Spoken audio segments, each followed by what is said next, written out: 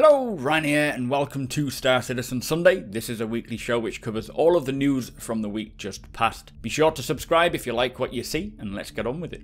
This week, Alien Week kicks off, CitizenCon details are released, plus we take a look at the San Tok Yai and the magnificent Hull C.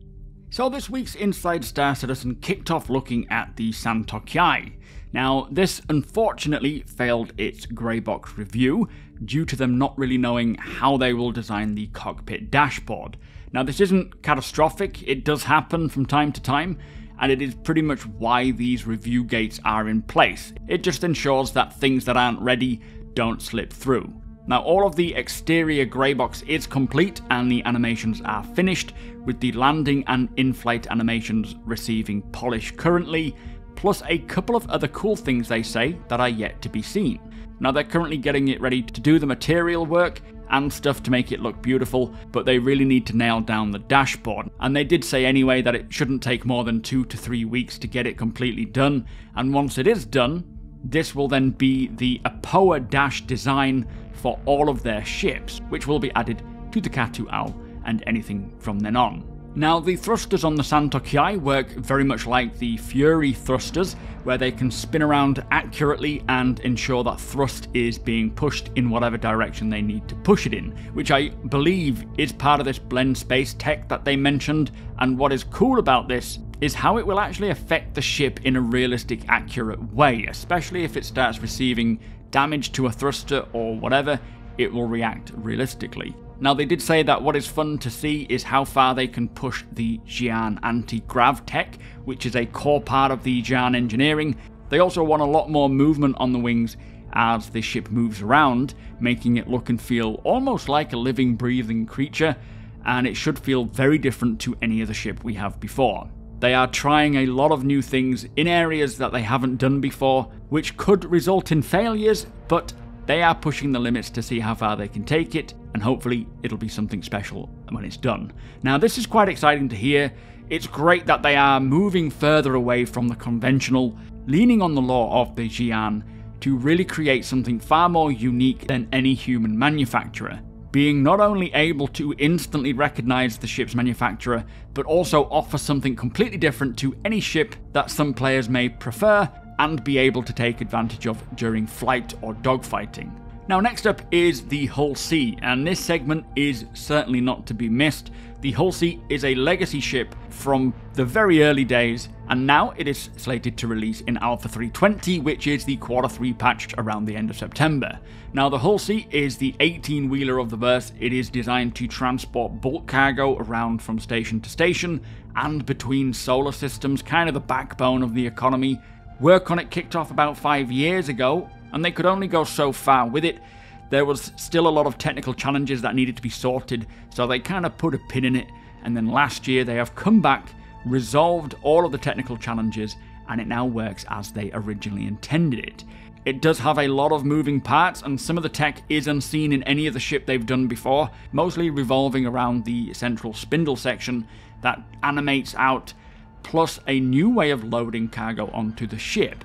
And for 3.20, the Hull C, as expected, can only land when its spindles are folded, so in order to load up with the cargo, it needs to dock at a space station, or park close to a space station. So for 3.20, the player will go to the cargo terminal as normal, you will buy the cargo you want, allocate it to the Hull C, and then you'll need to go to the hangar, get your Hull C, fly it out. Then, once you're out of the hangar, contact the ATC cargo services, who will then give you a location to position yourself in, and then the cargo will be spawned on your ship over the course of what looks to be, at the moment, about 2 to 3 minutes.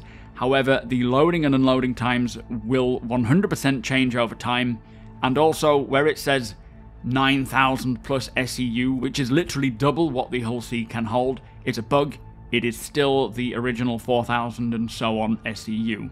Now, you can land a folded Hull C in the hangars, or dock a unfolded Hull C at these docking collars on the station, and visually the Hull C is the very current standard of ships, with all of the latest tech, which is a good indication of what to expect for the Starfarer when that goes through this update.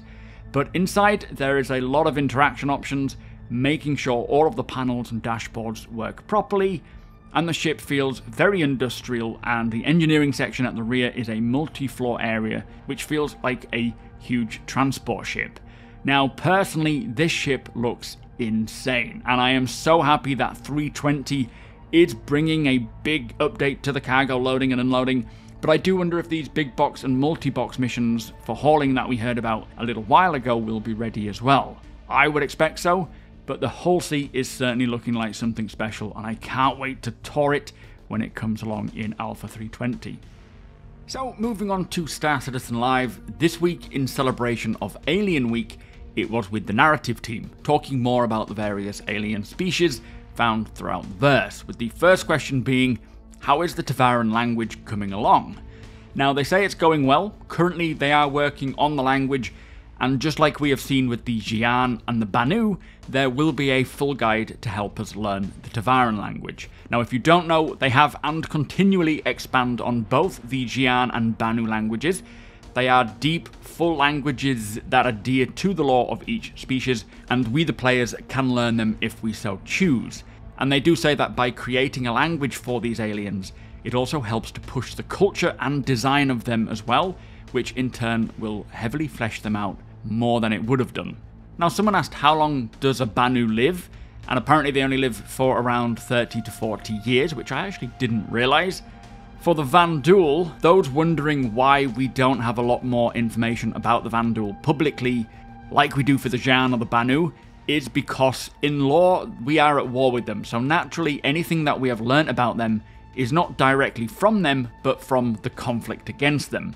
Internally, the narrative team have basically a 200-page document fully fleshing out the Vanduul, just to as much depth as any of the other races, including their language, but how that information will be shared to the player will be through the in-game media and maybe a few Spectrum posts, but throughout the campaign of Squadron 42 and then beyond.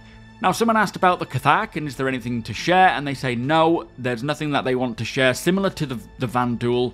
They will have designed a lot about the Cathach, but in lore the way that they want to share it will be different. They are basically a long-standing mortal enemy of the Xi'an, and they are found on the opposite side of the Xi'an Empire. However, the Xi'an refuse to really go into detail about them with humans. So we have not met them, we don't know anything about them, we just know that they exist. And again, CIG will know plenty about them, but humanity in the verse knows nothing. Next question, do the Vanduul poop?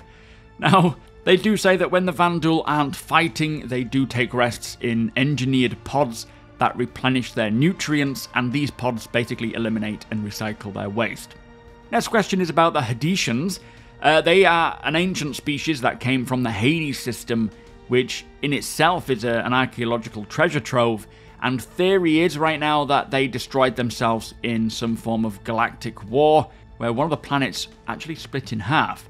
And there is not really any understanding as to what happened to them fully, but again, the Hadesians will have been pretty fleshed out, I'm sure, as to what happened, and the lore team will know, but it is for the players to learn and find out for ourselves in-game. And if you are new to the verse, or you just want to learn more about these alien races, I do highly suggest watching this episode yourself, as they do touch upon each species in kind of a 2-cent dialogue, just to kind of fill you all in. Next question is, do you feel that there is room for a new Tevaran ship manufacturer in the verse?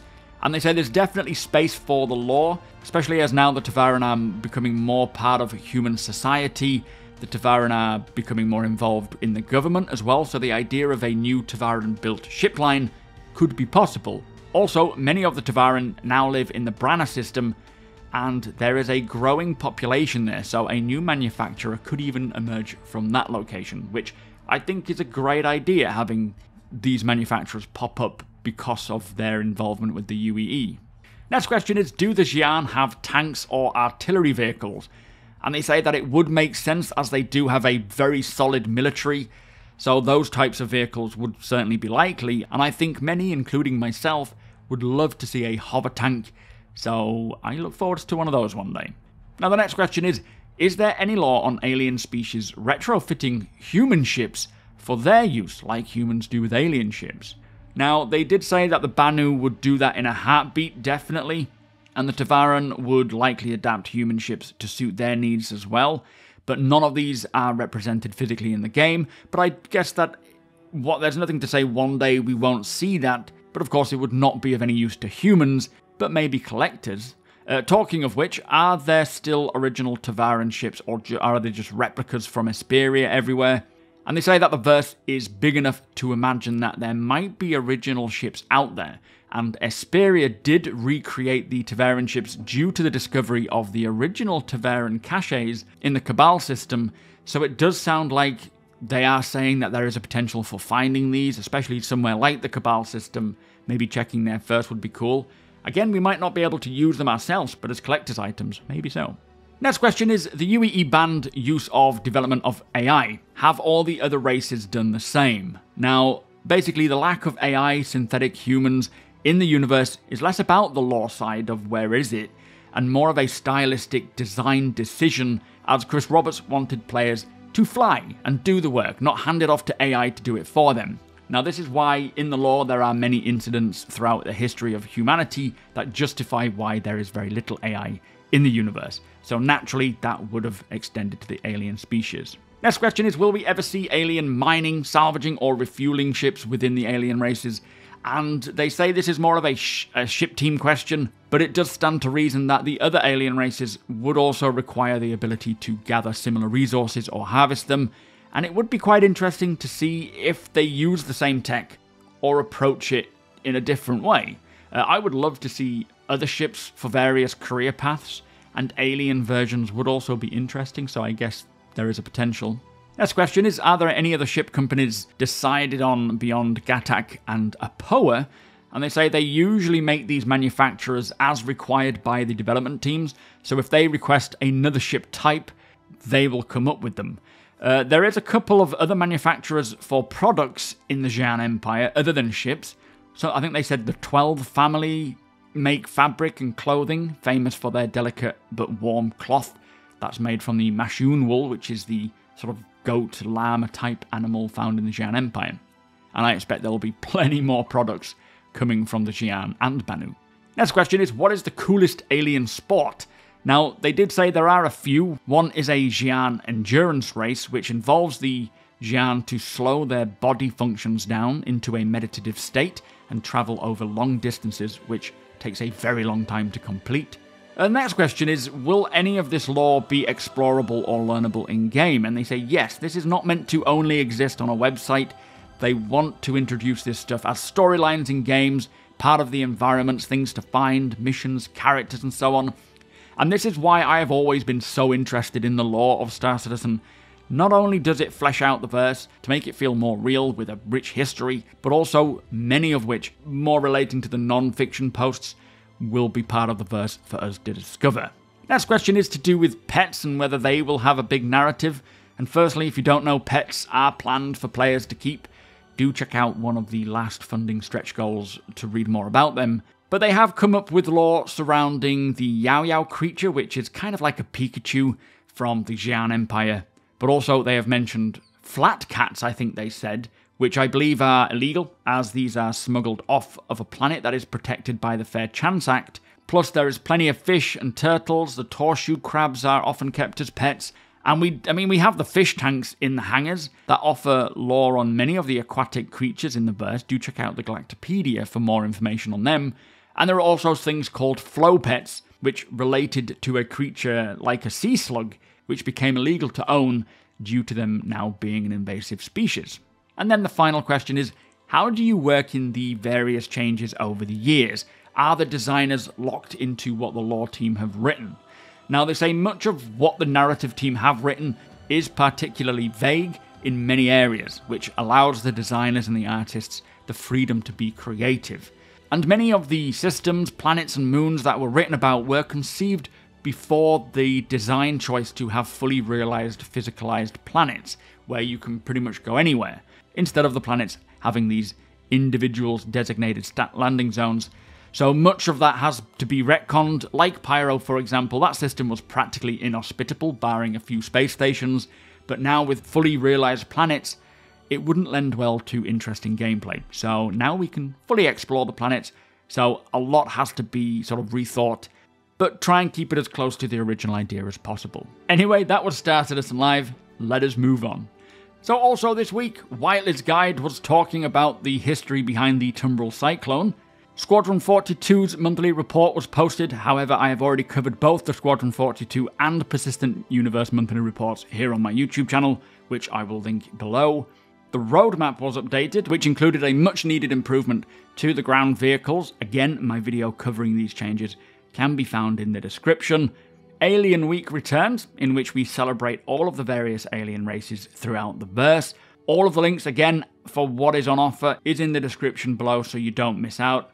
The Tumbril Storm had its Q&A, some great information regarding this solo light scout tank, and it is also making its way through the pipeline very quickly.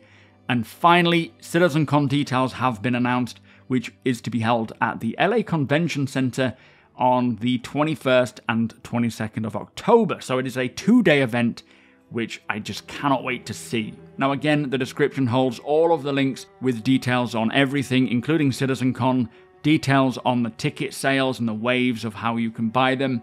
So if you are planning to attend, be sure to take a look so that you are prepared. So that brings us to the end of the show. If you do enjoy my content, please consider subscribing and hitting that like button. Also, I am able to do this thanks to my very generous patrons and channel members. If you appreciate what I do and would like to help make it even better from as little as $1 a month, all of the links are provided below.